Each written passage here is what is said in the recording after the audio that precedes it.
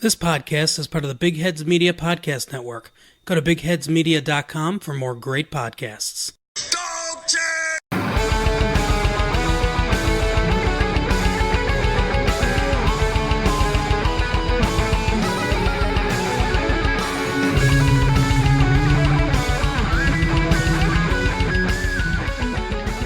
Greetings, Dog Pound Nation. Welcome to the Two Green Browns podcast, now part of the Big Heads Media Podcast Network, with myself, John Cahill, and my good friend and fellow Irish Browns fan, Neil Dunworth, who is just back from his travels. Neil, how are you today? I'm good. I'm literally just back from my travels, and it was quite a travels. It was 5 hour. Well, actually, it turned out to be nearly a 7 hour drive from Cleveland back to Toronto. Due to the massive snowstorms that hit when we were over there. Pity it wasn't 12 hours earlier, and I would have been able to. I might have got snowed in, quote unquote, and got to stay over for the Steelers game. Even Chuck's impassioned plea that I put up on Twitter, it didn't work with the Brain Trust back home, so I had to abort that plan. But yeah, it was a 7 hour drive back to Toronto, then got a couple of hours sleep, and then a taxi to the airport. Flight to Boston, which was delayed by an hour and a half. Then I was supposed to have 2.5 hours of a layover in Boston, but then flight was delayed for another hour and a half there.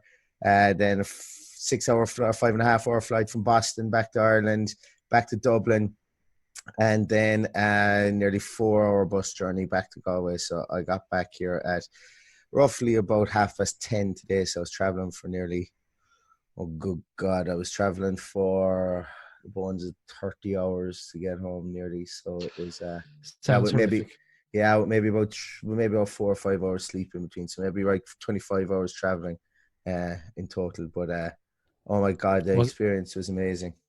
It was worth it, anyway. Oh, 100%, absolutely. Literally, I'm full on offensive to try and get over there again next year for certain. I have reasons to go back over to Toronto, and it's a short enough skip down. It's only a 4.5, 5 hour journey down from Toronto. The hardest part was, just like literally the road was straight. The only time we'd come off the road was to go into border control in Buffalo, which was funny enough because obviously we're paying Buffalo, and I had Brown's hat on and stuff like that, and there was I was afraid in case maybe they wouldn't let me in.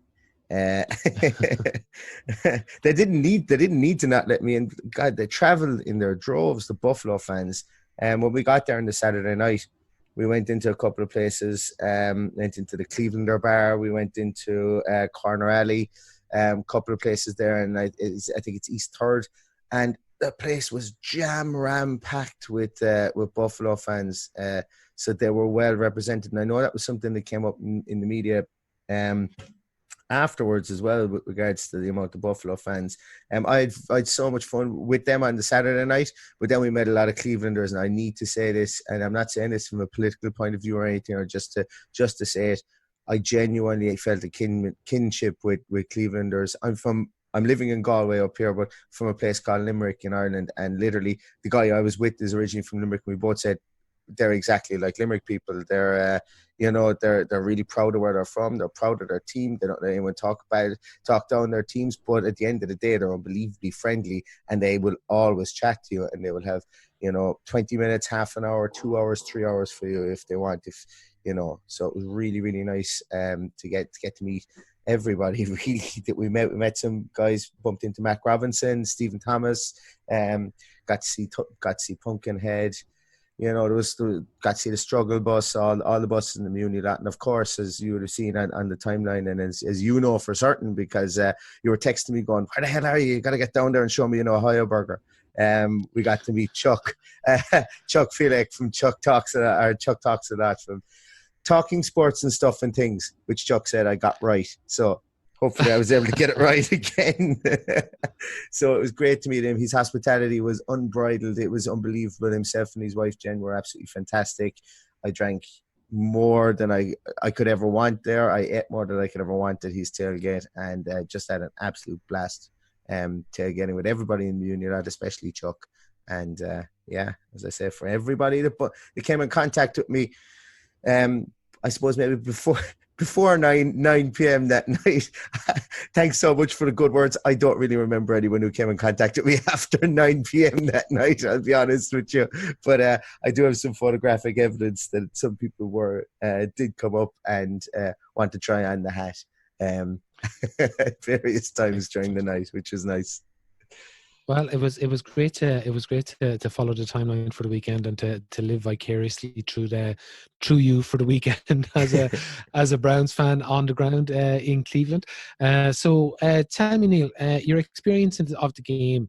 Tell me how you experienced the game and how it varies, how it differs from sort of our normal routine of either Garvey's in Galway or at home on the couch watching the game on TV.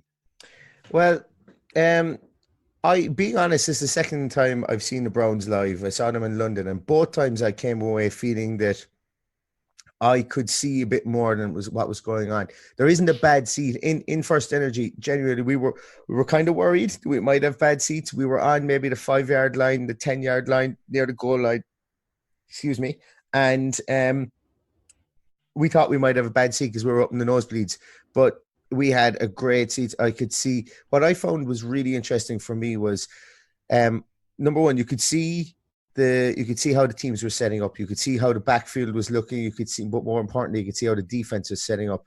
Also, you could see the substitutions that were happening. So, like, you could see that 67 was coming in, Justin McCray. You could see that, that 27, 24 were in the backfields, and you knew that what kind of tactical setups were going on in the game. And for me, that was really cool because when you're watching it on TV, you've got the side-on view and you can't see the numbers. So you're kind of guessing as to what's going on. You're trying to count along the line to see, do they have a 6th lineman in? They're trying to maybe the camera angle isn't back far enough that you can see the second person in the backfield.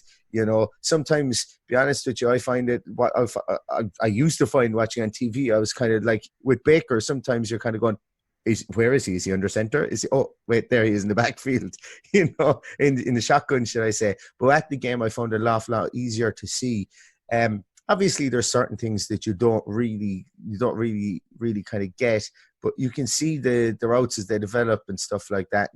And from a tactical side of things, it was for me. It was I was able to see what was going on. Because of the distance we were away from the field, I think I found it a small bit difficult to know whether it was holding, whether it was hands to the face, or whether it was anything like that. And thankfully, there weren't too many penalties from us that we had that I could had to diagnose. But definitely, the big thing was looking at the formational setups. The atmosphere is unbelievable. Like they just put on such a fantastic show. It was the salute to service for Veterans Day as well. And Mike Prefer got a mention on the Titantron in the stadium because he service that he would have given to the naval service, and that was pretty cool as well. It was cool to see because us not having a huge army in Ireland or anything like that, or a huge military presence. Well, we do have a huge military presence, but just from another country. Yeah, exactly. Well, essentially, what it is that we're in peacekeeping missions all the time and stuff like that, and we've got a small military, and we don't have anything like this, like parades or stuff like that, or we don't have that kind of we do have a Veterans Appreciation Day and so on, but it was just great to see this. It was great to see so many people that had served. There was people being interviewed between plays and at halftime, between quarters, about what they had done, and these were young guys my age that had been in active service for maybe 10 years and had come home and were doing amazing things with their lives, and that was a fantastic thing to see as well, the salute to service. But food was great. Which is something that it doesn't have Irish sports events. The food is tolerable. That's what I would say. I found the food was great in the stadium, and there wasn't ever too long a line or anything like that for beers or for food. Now, I will say, I didn't leave my seat once when I got in there. I had a fantastic travel partner with me, Brian, and some of you guys might have met him as well. Brian ferried the beer and the food up and down to me because he said, "No, you stay here. This is your spectacle. You stay here." So I want to thank him as well. He was amazing and keeping me fat and watered for the whole game. But Brian sounds awesome. Brian was great because Brian drove up and down from Canada, and I didn't drive at all as well. So yeah, so Brian was essentially your babysitter for the weekend. Exactly, yeah. So like when I hear people like PFF grade for Brian 99.99, the only reason that I would give him down to 0.1% is that he didn't get up at 6 o'clock to come and drive around and to take the electric scooters around the city with myself and Paul Brown. But look, he knows why. He knows why. But no, he was man of the match. They said Kareem Hunt was man of the match, Jarvis Landry. No, Brian Kennedy was from Ireland, living in Toronto, was actually man of the match. PFF grade is the biggest anyone has ever seen. Right, Neil, I think what we'll do is we'll take a quick break here from our media partners in Big Head. We'll hear a little message from them, and on our return, we'll actually talk a little bit about the football. Yeah. Stay up to date with the latest in Major League Baseball with the Into the Shift Baseball podcast. Are you tired of the same old way baseball writers complain about the new changes in the game? Well, this is not the show for you. The Into the Shift podcast with a modern take on what makes baseball great. And the ball will be hit into the shift. They get an out, it's only because of that shift. And they do! And that's why you follow the numbers. Join co-hosts Max Gross and Kyle McAravey for weekly updates every Sunday night, or find us on Twitter at Into the Shift Pod. It's the Into the Shift Baseball Podcast. Right, Neil. So you actually went to a football match. Tell me a little bit about your thoughts on the match, and we'll see if our experiences from you experiencing the game live and me experiencing the games home on TV. We'll see. I'm interested to see. Did we see the same things, and what's your take on the match overall? Well, the three biggest things that kind of came from the match, or maybe I suppose the four biggest things that came from the match, was that Baker looks like he's putting it together again. This is his third game in a row having a decent game. No turnovers, no penalties, no turnovers and fewer penalties, should I say? No egregious penalties that you're kind of going, oh, Jesus, why did he do that? Within the game, they're probably the two biggest things. The chemistry that you can see, like Jarvis Landry's catch. Oh my goodness, it was just so good. His two catches. Oh, now I didn't know how good it was until I saw it back on TV. But obviously, when he caught that, I nearly landed 10 rows down. I just started. I got up and I jumped around. It was amazing. The two running back sets was something that was very prevalent, and you could see it happening. And I was actually really giddy and delighted because it was something I was talking about beforehand, that how would they use Kareem Hunt? I was looking forward to it, and I'd said that I had actually singled out this game to see how they would use Kareem Hunt because of him being such a good running back, but obviously being used in the blocking game and in the receiving game an awful lot more, which probably gave Baker a small bit of confidence as well. That listen, I have a Kareem Hunt here. I feel a small bit better that he can block, he can shed the block, and I can dump it off to him if needs be, giving him an extra option to, short to intermediate option to kind of get the ball down to, which is interesting. Brian, who was with me, like every time Nick Chubb got the ball, like he just, first time being at an American football game, doesn't really know an awful lot about it, just learning the game, and he went, oh my God, this guy is a freak of nature. Like every time he got the ball, Brian would have played an awful lot of rugby, and he was saying like these guys are hanging off him and he's just dragging them around the field. Like some of the plays, I think the play where he got down to the 1 yard line before we had the 8 attempts to try and punch the ball in, which were unsuccessful. He dragged people 12 yards there. It was frightening to see live, and you just see him pumping the legs and getting things going. And I think the negative really, I suppose, well, one of the negatives was the play from the 8 plays from the 1 yard line. There was incredulity, I think that's a word, within the stands. It was happening because you could see it. You could see the two plays that people just read, like before it happened, before a lot of them happened, they were like, this isn't going to work, this isn't going to work. Obviously the handoffs, not the handoffs, but the dump passes, the sideways movement, the east-west stuff as opposed to going right up the gut, not trying a quarterback sneak. The fades to the end zone. Once the first one drew an offensive pass interference and we got our new set of downs, you could throw those up all you want, but really all you're doing is kind of inviting an interception. I thought at that stage you were kind of, because all they were going to do was give away penalties. You know, Tre'Davious White gave away, I think, 2, and then there was one whereby he actually punched the ball out correctly. You know, and it was a good play for him. Odell actually had it and came down and he punched it out. But yeah, I thought there was a small bit of ineptitude in those plays. And then the other play whereby you know, the stands couldn't believe what was happening even before the ball was snapped, was where Baker got sacked for the safety. It was like you could see the protection move, and you could see the empty backfield, the empty set in the backfield, and you were going, this isn't going to work. This is like he's going to get absolutely creased unless he throws the ball here, and he did. And it was a needless 2 points to give away. But going back to the goal line stand, I still don't think they should have kicked the field goal. I'm on the side now after watching it back. I don't think they should have kicked the field goal. I just wish that the play calling was a bit more diverse. It was a bit better. Like they did bring in Justin McCray to give his 6th lineman and stuff like that, but they were going, you know, I don't know. I just think that maybe a more power-based run as opposed to trying to maybe bounce it out to the side and stuff like that would have been better, because it obviously it wasn't working, and we didn't really try and run up the gut that much. It was more, there was no taking it under center, handing it off and giving Nick Chubb a chance to break on at pace. It was all dumping the pass and shovel passes outwards to try and get him to break it out to the outside, and just didn't work. But the game-winning touchdown was amazing, and the 2 missed field goals obviously were superb. It's superb. Like, well, what I mean, they were superb. It was great to, like, the anticipation of, is it gone over? Is it gone over? Is it gone over? And then when you see the judges to come out, the refs to come out, and their hands and to wave it wide, you know, there was real elation there. It was fantastic, because you just had no idea where both of those were gone, because they missed so short on the left hand side.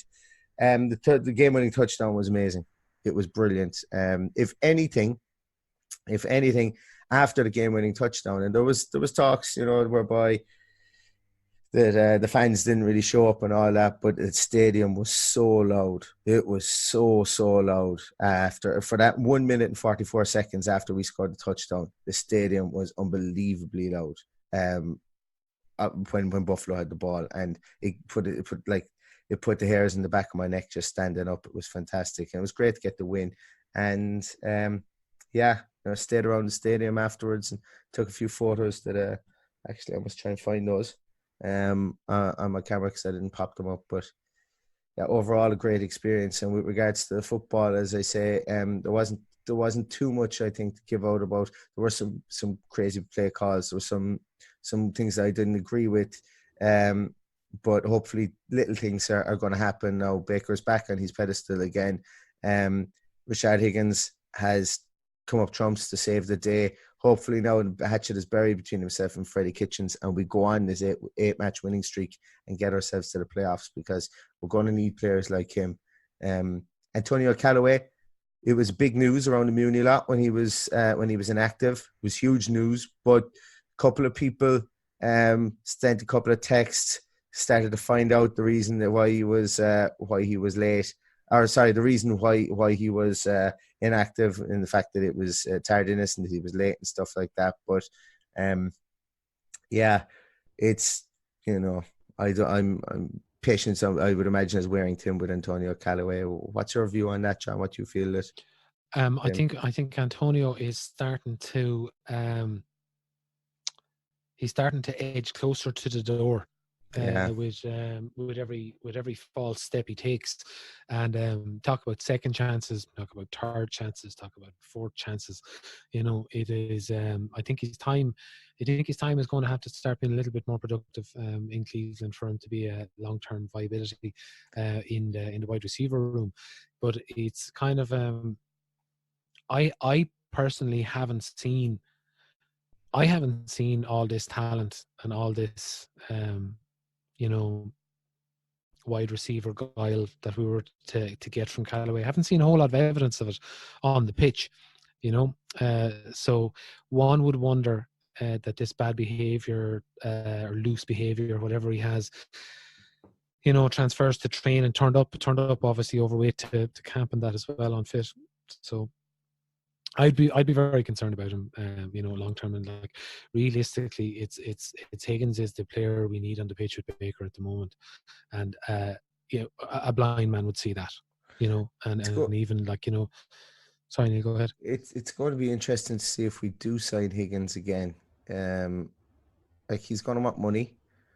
We have some money, but like it screams that if you could get him for, a 3-year contract, 8 million a year, stuff like that. I'm probably talking through my absolute hat here with regards to those numbers, but for 24 million, is it not worth having somebody like that that's as absolutely dependable? Now, I'm sure that the Capnicks and all that, and people who look at the cap are going to turn around and say, well, that means that you've got 19 million in OBJ, you've 17 million in Landry, then you've 8 million in this guy. That's like blows your cap out of the water. But I get a good feeling about this wide receiver room, whereby maybe you could get kind of do some cap gymnastics, like maybe the Eagles do and so on. Transfer some of it into signing bonus, transfer stuff. I think, Neil, if like you that. look towards, I'm going to take my fan hat off for a minute and put on my GM hat. Yeah. And it's way too early for this conversation. I'm just going to drop it in here. Already people speaking about next year's draft class wide receiver as being the best ever. Daniel Jeremiah tweeting today saying best wide receiver class that he has scouted. We have the Alabama guys. You have a couple of guys in LSU, a couple of guys in Notre Dame. Like there's a lot of wide receivers coming this year. But we're not going to draft. I think we would still draft one regardless, because I think Callaway's gone. This is where I'm getting at. The Callaway's cut loose at the end of the year, and we draft a guy in maybe the third, fourth, fifth round. I think we could still do that for the money that would be there, but I suppose it would all depend on, maybe Rashad Higgins doesn't want to stay around. Maybe he doesn't want to stay around. To me, the money just doesn't work. To me, the money just doesn't work for Higgins to stay. But anyway, I think, Neil, these are all conversations for our post-Christmas shows. Exactly. When we have time to fill. Well, maybe we won't have time to fill. We might be having playoff talk, but we won't go there just yet. I'm not ready. If we have playoff talk, John, we'll do a whole. If we do get to the playoffs, we might do a whole podcast about. I might do a live one, get people to ring in to see how we can fake our debts, so that we can make our way over to Cleveland. Yeah. I think it might be the only way I might get back over there before the start of next season. But I'm willing to fake my debt. It'd be great. Pay off the mortgage probably as not well. going to happen. Be fantastic. But Neil, before we talk about playoffs, we'll talk about this game that's ahead of us here on Thursday night football. How are you feeling about the game now? Like it's the Steelers, and the Steelers are not bad. We were clocking up these Steelers games as wins 6 weeks ago. Now, not so the case, I believe. Yeah, I'd be very much on that, and listening to CBD, and just looking at the statistics since Micah Fitzpatrick has joined this team, he's turned this defense around in itself. Mike Tomlin has identified an area that he needed help in, and like Micah Fitzpatrick has 3 touchdowns. He's as many touchdowns as OBJ and Jarvis Landry have together. And he plays 5 interceptions and 130 yards returned. Yeah, it's mental. TDs. It's mental, and like their turnover rate, I think they're plus 15 or plus 13 in their turnover rate. They've had 28 turnovers as opposed to our 9. So their defense is building up ahead of steam. I'm worried about people like Cam Hayward. I'm worried about even people like Isaiah Buggs. Now, I did see Jake Burns today put out a video of the Rams game, and Isaiah Buggs basically just like moonwalks past Austin Corbett, and Austin Corbett nearly ends up in his arse. But that made Isaiah Buggs look great. But he is still a decent defensive end, or defensive tackle, should I say? But it'll be interesting, I think, to see how our line develops there. Now, once again, listening to people who know far, far more about American football than us, than me. Sorry, I keep on talking for you when I say that, but than me. But you're right, Neil. They say that this new wing T approach, or this pony tactical setup that Freddie Kitchens had is nigh on. Like it's one of the most daunting things that you can trot out when you can trot out two running backs that are all world, in Nick Chubb and in Kareem Hunt, that defenses are very worried. But what we need to see happen is, and you've heard this in all the podcasts so far, but it's true, and it's something we don't see. We need to see you building off the run, building the RPOs, making the defense guess as to what's happening, and we need to see no feckin' empty sets, unless I can't even think of a reason why we would have an empty set at times. But when you've got two backs like that, I think that you take those out of the game and the defense goes, oh, thank you so much. At least now all we have to do is defend the pass. And you don't want somebody who's able to set up and defend the pass when you've got so many takeaways like this team has. Now it looks like Joe Hayden is going to be out. He was on the injury report today with an illness, so it looks like he's going to be out, and we're going to be missing Olivia Vernon again. So it's like Vernon's going to be a longer term thing. We picked up a defensive end today. I wouldn't imagine. I'm not so sure it's going to be a longer term thing. I think that it's probably. I think we were defensive end needy anyway, regardless of this. And I think that I was just surprised that it was a linebacker that was let go, because I know Trey Davis came in. Jesus, Trey Davis hit a guy an absolute haymaker. I think it was after the touchdown on the kick return. He absolutely mullered a guy on the kick return. I think it was Andre Roberts. Jesus, like I just after the touchdown stood up in my seat, looked down, and I just, like, you could hear the crunch up in 537, which is where we were. You could hear it, and it was like, oh, sounded sick. But maybe he's the reason why they can move on from Malik Jefferson and so on.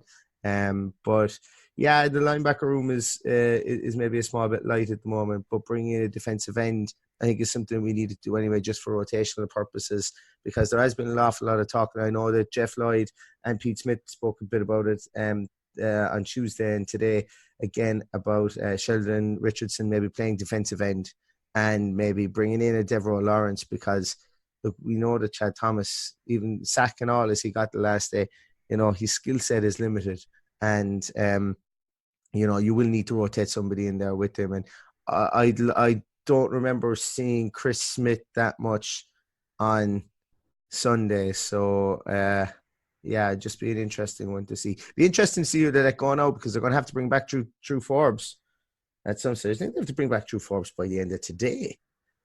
So that's something to watch. So it'll be interesting to see who they release off the team, off the 53. I would imagine it'd be Robert Jackson. Seventh wide receiver. I imagine I'm thinking it's Robert Jackson, because like he just doesn't get any run. But yeah. Once again, for another podcast. Podcast is right. The keys to winning this game Thursday night, Neil. Basically eating clock on the ground, putting it in a situation whereby you don't turn over the ball.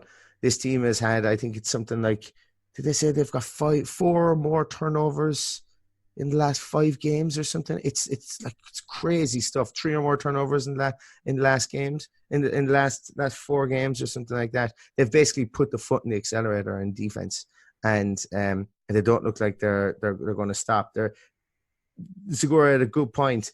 It's going to be a race to 20 or 21, because like if we can get to 20 or 21, their offense seems to be stuttering. Mason Rudolph isn't the answer. But they do still have some weapons. If James Conner is out, it's huge for us. It's really, really big for this defense, because that means that we can obviously concentrate on dropping into coverage and so on.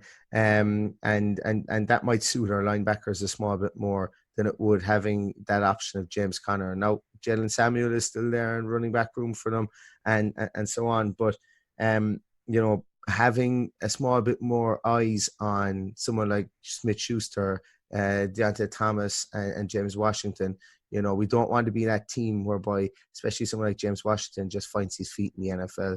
And Deontay Thomas is making his way into the game as well, but he's beginning to kind of come on the radar of people recently. So if we can stop their throwing game, especially down the field, like Mason Rudolph doesn't have the talent, and we shouldn't allow him kind of we shouldn't allow him, what's the word I'm looking for, showcase his talent if he hasn't had the opportunity to do so.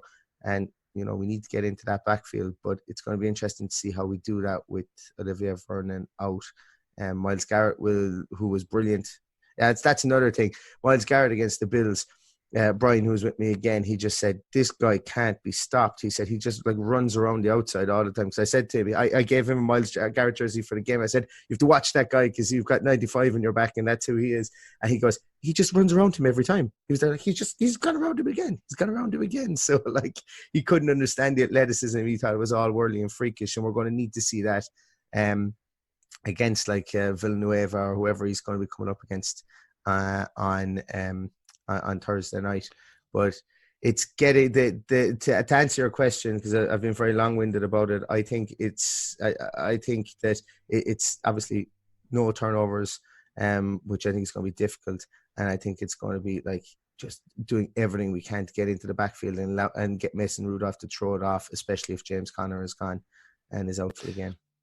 Yeah, I think two areas that we're going to have to overcome to be in a serious chance of winning the game is going to be Baker is going to have to be on his game. He's going to have to the pressure that they're going to get on up front. So this is going to be the test. This is going to be a huge test for our O-line, a huge test. And to try and maybe take it out of our O-line and quarterback's hands, I think will be a huge advantage to us. And that's where Nick Chubb and Kareem Hunt come into the game, I suppose, to get to set the game up so that Chubb and Hunt can be really effective on offense. On our defense, I think our defense is we haven't been playing very well recently. I think this could be a game where they could show up a bit more, and if we can get to Mason Rudolph, if we can make it difficult for him, make it disguise coverages and stuff like that down the field, make it awkward for him. He is a rookie quarterback essentially, you know what I mean? He's not very experienced, and not much more than Baker, to be fair. And this is where people forget Baker has 17, 18 games in the NFL. Rudolph has 6-7 games now in the NFL, 10 games difference in experience there, but it'll be interesting to see. I'll be honest, Neil, I am petrified of that D-line. You look at TJ Watt, 9.5 sacks, Bud Dupree's like he's having a season. He's not a guy I'd have rated that highly, but he is having a season. And in my opinion, Cameron Hayward, one of the best guys up front there. He's a monster. Yeah. He's an absolute monster. So Wyatt Teller, you forgot all about them, against Cameron Hayward and Stephen Tuitt as well. They're coming off the edge. There's guys there that are going to cause Wyatt Teller problems. They're going to cause the never mind the tackles. And I'm actually just discounting the tackles there. I'm our O-line are going to be under serious pressure. So my hope is that we're going to scheme around that as much as possible. The ball comes out as quick as possible. And we have lots of Kareem Hunt in the flat. We have lots of disguise coverages or disguised looks coming out like you were saying. If you have Kareem Hunt, Nick Chubb, Jarvis and Odell on the pitch at the same time, there really is no excuse for being able to scheme these guys. You really need to be able to scheme these guys to get open. Yeah. And Baker can throw the ball quick. Baker can get the ball out quick. So, I think for me, the key to victory is not letting that D-line have their way with us. And I think that we can have more on offense than the Pittsburgh Steelers can have on offense. We just need to cancel out their D-line. And, not discounting their secondary, Devin Bush, Mark Barron, who else have we got there? Minkah Fitzpatrick having an absolute season, so it's they have a pretty lit defense there at the minute, and it's if we can overcome that, I think we'll win a narrow victory. I think that could be down to field. We're down to a field goal. Tell me. Yeah, I know I've got some good news for you. We don't have to worry about Stefan Tuitt. He's an injured reserve. So, but Oh. when you say it like He's got- that, when you say it, Cam Hayward, Stefan Tuitt, Bud Dupree, TJ Watt, he's gone 2 or 3 games to go through it. Yeah. Yeah, when you say that, it's a case of it's like Jesus Christ, yeah. Like, and I completely forgot all about TJ Watt, Bud Dupree. I probably blanked them from my memory because maybe it's just like one of those. TJ Watt is possibly he's a challenger for defensive player of the year at the minute. Well, Like, yeah, he really is having a season. I give it to Minkah Fitzpatrick at the moment. You know, Yeah. for what So he's like done. they've got it all there. But Neil, before we go, we'll do the predictions thing. Give us a scoreline. Oh, I'm gonna go. Jesus, it's gonna be a tough one. I think we could see something like 1916 again, which is yeah. I'm gonna go with 20 to 17 Browns win. Oh, I was going 21-17. Browns win. So we leave it at that for today. Our predictions are pretty the same. Pretty much the same. Well, we didn't plan that. No. I would go with 21-17. And sure, we will reconvene in the near future for a review of forthcoming victory. I just want to thank one person before we go. I want to thank Kelly from the British Browns backers. I want to thank all the guys I met: Dan Davis, Stephen Knight, Darden. I can't remember your surname. I'm so sorry. Literally all the guys, because I don't want to leave anybody out by mentioning names. Everybody was so good. The British Brown backers are going to have a hell of a night tomorrow night. Tailgating again. They're still there. I think there may be still tickets available. That they have some tickets available if anybody doesn't have any tickets for the game, so you can hit them up on Twitter. They may be gone now at this stage, but I'd still hit them up and see where they are. But no, they were fantastic, and I had some really, really good times hanging around with them in Cleveland, and we met so many other people from other Browns backers as well, like Syracuse, and oh God, I can't even remember. Too many to mention, to be honest with you. So thank you very much to those guys too. And don't forget, Neil, we'll be seeing all those guys in about 3 weeks' time when we're off on our travels. So Neil's actually bringing me this time.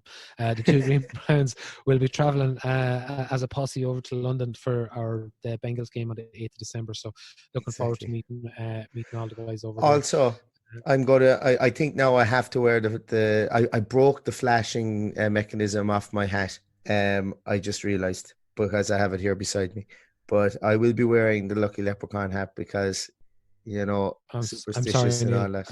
I'm sorry, Neil. I don't know if we can do that. I don't know. I'll be wearing it. I'll be wearing it on Thursday. I'll be wearing it on Thursday night. But it's all right, John. Don't worry. I've actually ordered a new one with a new flashing mechanism, and I've ordered one for you too. So tough. Yeah, haven't got my size, Neil. Haven't got my size. Right. That'll do for today's show. Thanks everyone for listening. Please pass on the pod to your friends and retweet and rate and review would really help us out. Please follow us on Twitter, myself at John Cahill _IRL and Neil at 2 Green Browns. And until next time, go Brownies.